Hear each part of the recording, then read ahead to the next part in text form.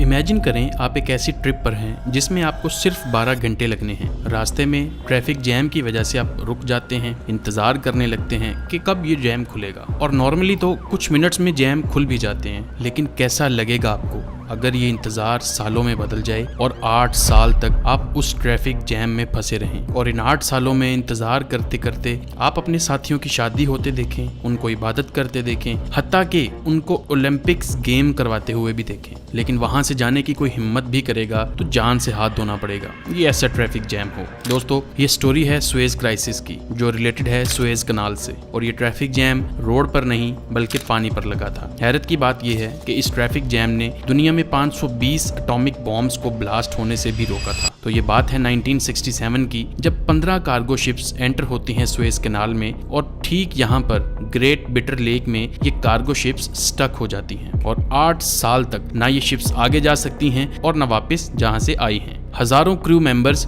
8 सालों तक बुरी तरह फंस जाते हैं। हाईवेज और एक्सप्रेसवेज पर ट्रैफिक जैम खुलवाने के लिए ज्यादा से ज्यादा कई दिन लग सकते हैं, लेकिन सुएज कनाल में होने वाले जैम को खुलवाना किसी के बस की बात ही नहीं थी। देखिए, सुएज कनाल से सालाना 14,000 शिप्स गुजरते हैं। पूरी दुनिया की 12% ट्रेड यहाँ से होती है। इसी वजह से सुएज कनाल को ट्रेडिंग इंडस्ट्री का क्राउन जूल माना जाता है। लेकिन इस मैन मेड कनाल से पहले ट्रेडिंग के लिए शिप्स को महीनों का सफर करके साउथ अफ्रीका से होके जाना पड़ता था। फिर सुएज कनाल से एशिया और यूरोप में ट्रेडिंग का टाइम महीनों की बजाय दिनों में होने लगा, और यूरोप से शिप्स मेडिटेरेनियन सी से घूमते हुए डायरेक्टली रेड सी पहुंचकर एशियन कॉन्टिनेंट को एक्सेस कर सकती थी। और इस रूट के जरिए तकरीबन 9,000 किलोमीटर का फासला भी बच जाता था। यही नहीं, अफ्रीकन कॉन्टिनेंट से गुजरते हुए सबसे बड़ा इशू पायरेट गैंग्स का था, जो हर दूसरे दिन कार्गो शिप्स को लूट लिया करते थे। सबसे फेमस है सोमाली पायरेट्स और अफ्रीकन पायरेट्स, जो शिप्स को रोक कर या अटैक करके क्रू को हॉस्टेज बना लेते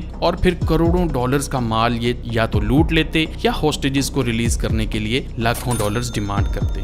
जिस दिन ये 15 शिप्स सुएज कनाल में एंटर होती हैं, बदकिस्मती से उसी दिन इजिप्ट और इजराइल के दरमियान जंग शुरू हो जाती है, जिसकी वजह भी यही सुएज कनाल ही होती है। इसी कनाल पर इसराइल कब्जा करने के लिए इजिप्ट पर हमला कर देता है। सिर्फ एक ही घंटे में कई रॉकेट्स और प्लेन्स इसी कनाल में आ गिरते हैं, और इजिप्ट ने कनाल में माइंस भी गिरा रखी थी। इन हालात में शिप्स बिल्कुल भी मूव नहीं कर सकते थे, और कुछ दिन में इसराइल इस एरिया को, जिसे सिनाई पेनिनसुला कहा जाता है, यहाँ से इजिप्ट को हराकर इस पर कब्जा कर लेता है। और अब इजिप्ट और इसराइल का न्यू बॉर्डर होता है सुएज कनाल, जिसमें फंसे होते हैं 15 कार्गो शिप्स। इसराइल का ये सरप्राइज अटैक था, लेकिन इसकी वजह ये थी कि अमेरिका ने इसराइल को बोला कि हम ठीक इस जगह पर 520 एटॉमिक बॉम्ब्स गिरा के एक न्यू कनाल बना लेते हैं जो हमारी अपनी होगी। लेकिन इस चीज को इसराइल ने मना करते हुए कहा, एक बार हमें ट्राई करने दें, हम सुएज कनाल को वैसे ही छीन लेंगे इजिप्ट से। अगले 6 दिनों तक कई झड़पें चलती रहीं,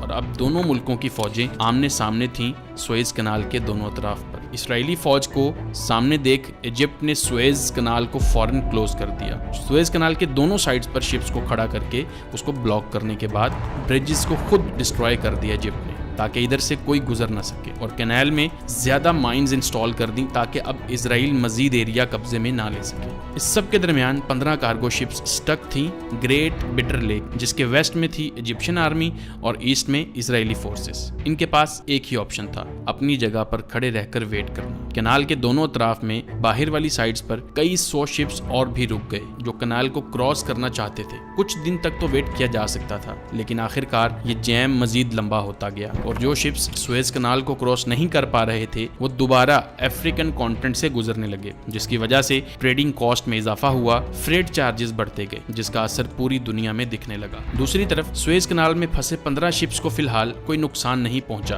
क्योंकि Germans, Swedish, Polish, French, Bulgarian, Czechoslovakian और अमेरिकन शिप्स भी मौजूद थे। और इन शिप्स पर अटैक करने का मतलब था इन ममालिक से पंगा लेना, जो ना इजराइल चाहता था और ना ही इजिप्ट। इसलिए जंग के दौरान शिप्स को निशाना नहीं बनाया गया। कई महीनों के बाद शिप्स पर फंसे लोगों को क्लियर हो गया कि ये मसला इतनी जल्दी खत्म होने वाला नहीं है, तो शिपिंग कंपनीज ने ज्यादातर ग्रुप्स को वापस बुलवा लिया, जबकि एक शिप पर 10 लोगों को मेंटेनेंस के लिए छोड़ दिया गया, और हर तीसरे महीने 10 नए लोगों को भेज के पुराने क्रू मेंबर को चेंज कर देते थे, सिर्फ इस उम्मीद से कि शायद एक दिन वो अपनी फंसी हुई शिप शिप्स यहाँ से निकालने में कामयाब हो जाएंगे। इतना अरसा एक साथ रहते रहते 15 शिप्स के क्रू मेंबर्स में दोस्ती बढ़ती गई। उन्होंने अपने आप को इस डिप्रेशन से निकालने के लिए बहुत सारी एक्टिविटीज का इंतजाम किया। जर्मन शिप्स पे एक छोटा चर्च खोला गया जहां हर संडे को सारे क्रिश्चियंस जमा होते थे।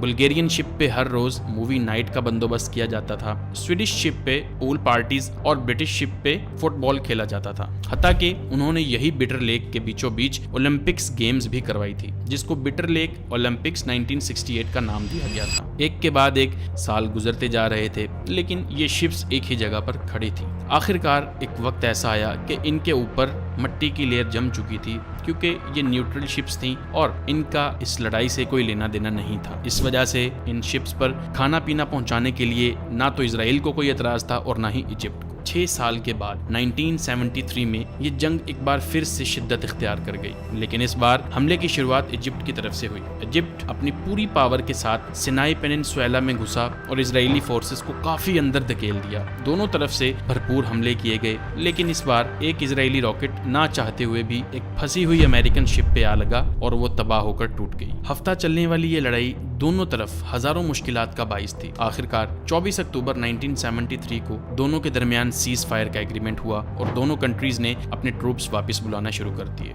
6 सालों तक चलने वाली जंग तो अब तक खत्म हो चुकी थी, लेकिन अब ट्रैफिक जैम में फंसी शिप्स के लिए तो जैसे जंग अभी तक चल रही थी। इन 6 सालों में सुएज कनाल के अंदर शिप्स, प्लेन्स और रॉकेट्स का मलबा बिखर चुका था। इसके अलावा इजिप्ट ने माइंस भी इंस्टॉल कर रखी थी, जिस वजह से आसानी से इस कनाल को क्रॉस करना मुमकिन नहीं था। सुएज कनाल को अच्छी तरह साफ करने में इजिप्ट को अगले 2 साल लग गए। 5 जून 1975 वो दिन था जब सुएज कनाल को 8 साल के बाद खोला गया। इतने लंबे अरसे तक साथ रहने के बाद 14 शिप्स का अब सुएज कनाल छोड़ने का वक्त आ चुका था और ये वापस जब अपने कंट्रीज में पहुंची तो इनका खूब धूमधाम से इस्तकबाल भी किया गया और पूरे 8 सालों तक बंद रहने के बाद सुएज कनाल में ट्रैफिक दोबारा से बहाल होने लगी और इतनी बड़ी ट्रैफिक जैम हिस्ट्री में ना पहले कभी किसी ने देखी थी और ना ही हुई थी। इसके बाद इजिप्ट और इजराइल के रिलेशंस बेहतर होते गए और इजराइल ने पूरा सिनाई पेनिनसुला इजिप्ट को वापस कर दिया और इजिप्ट वो पहली अरब कंट्री थी जिसने इजराइल को रिकॉग्नाइज किया। दोस्तों, उम्मीद है वीडियो आपको अच्छी लगी होगी। इसी तरह की मजीद वीडियोस देखना चाहते हैं तो हमारे चैनल को सब्सक्राइब कर लीजिए।